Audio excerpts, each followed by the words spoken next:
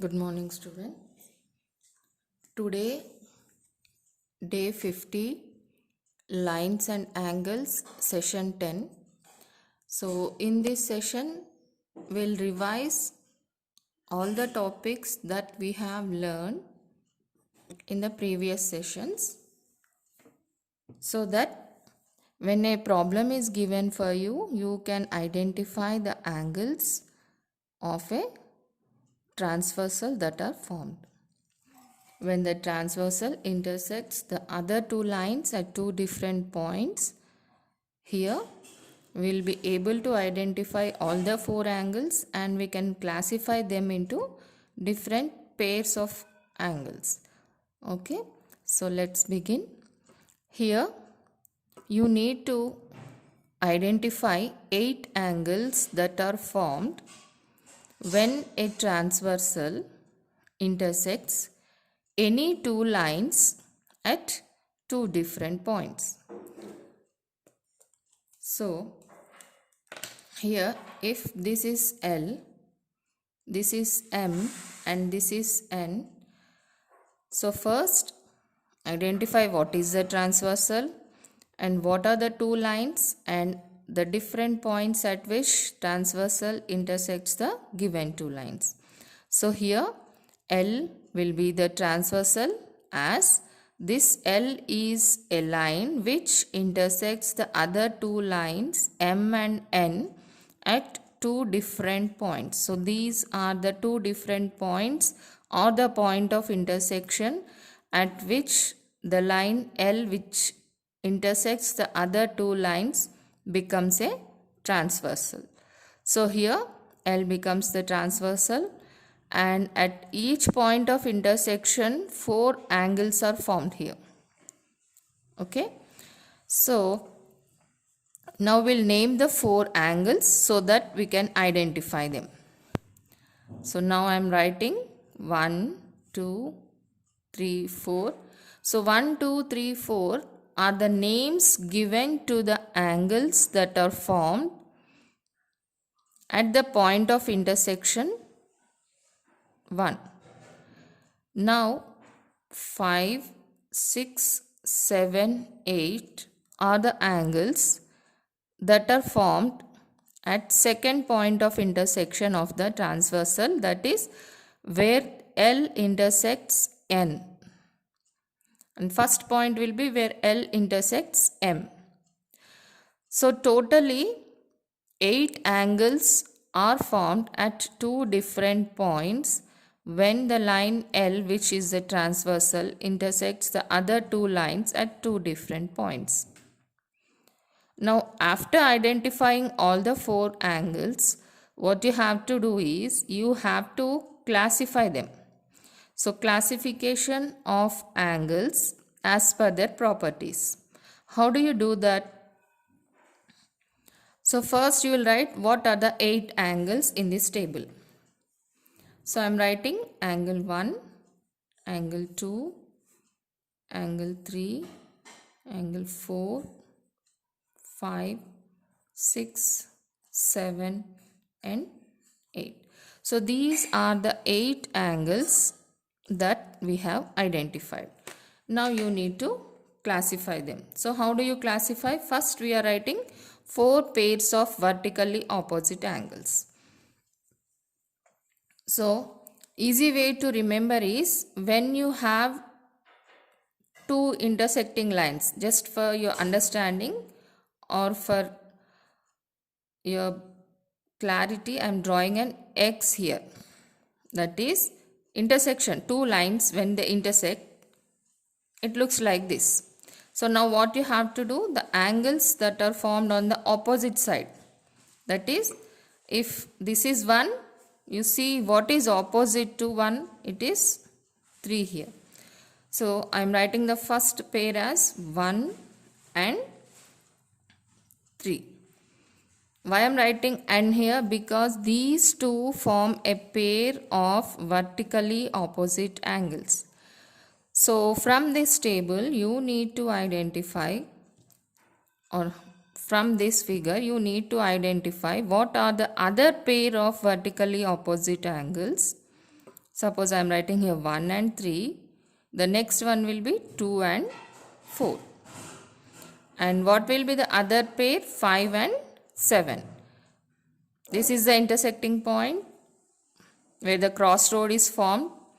And in this crossroad you have two angles which are opposite to each other. So in this way you need to identify the pair of opposite angles and you have to write the angles here.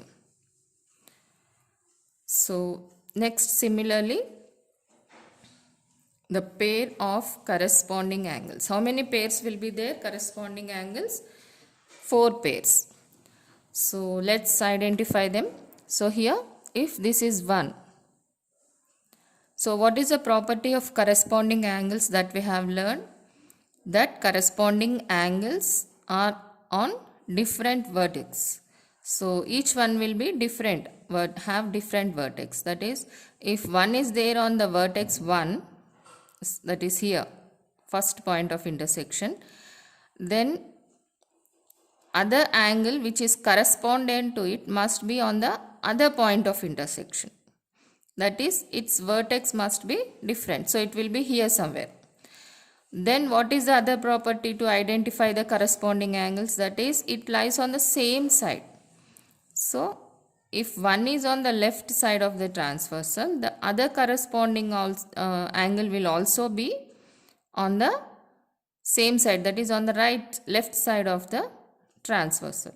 So if one is on left side, its pair will also be on the left side for corresponding angle. And one more thing is, yes, if one is interior, the other will be exterior. Now here, one is, yes, it's exterior because interior part is, let's mark it for our convenience.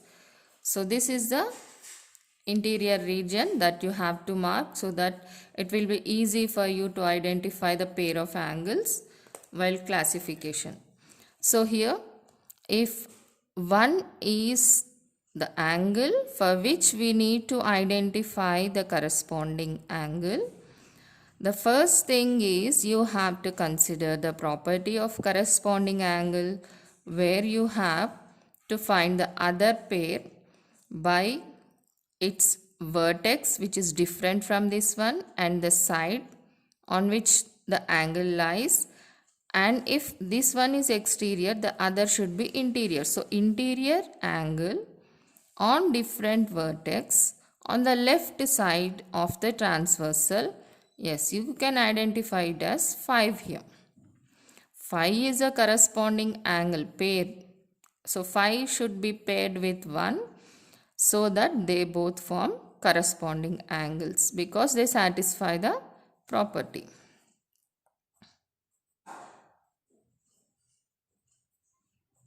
That is, if 1 is on the left side on this vertex and exterior, so 5 will also be on the left side on different vertex and it should be interior.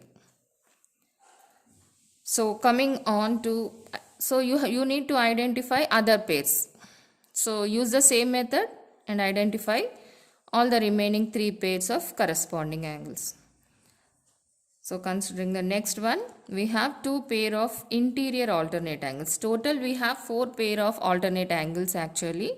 So again we are classifying them by interior and exterior alternate angles. So for interior alternate angles there will be 2 pairs and for exterior there will be 2 pairs. So what if you need to identify the alternate angles, first thing you have to remember is the properties of alternate angles. That is, what are the properties of alternate angles? First thing is, if they are on different vertex. So if one angle is here in the on the first point of intersection, the other will be on the other point of intersection. And what is the next property that you have to remember for alternate angles? They lie on the opposite side of the transversal. That means if suppose we are taking 1, if one is on the left side, the other alternate angle will be on the right side on different vertex. And one more thing what you have to remember,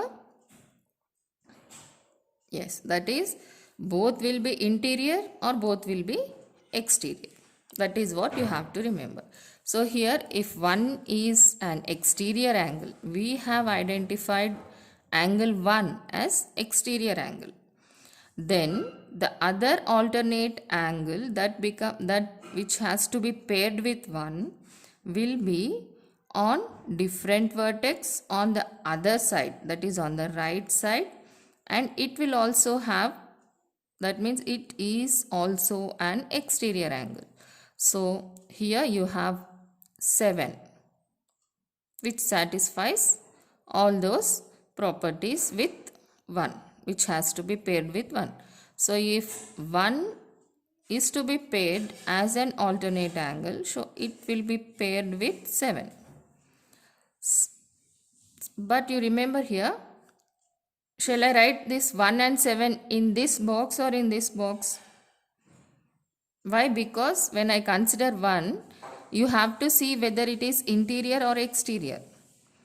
So as 1 is exterior, you have to write it here.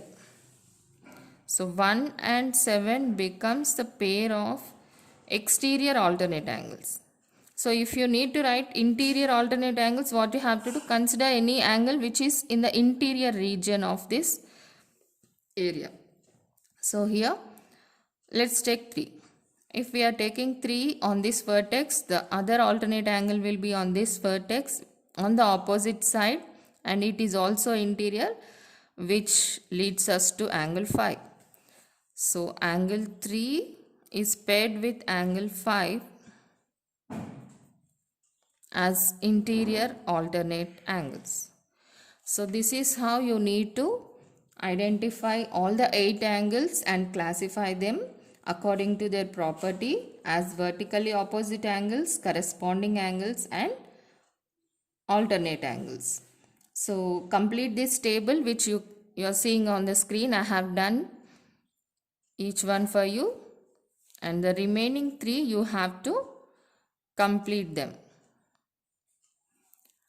So hope you followed. Thank you.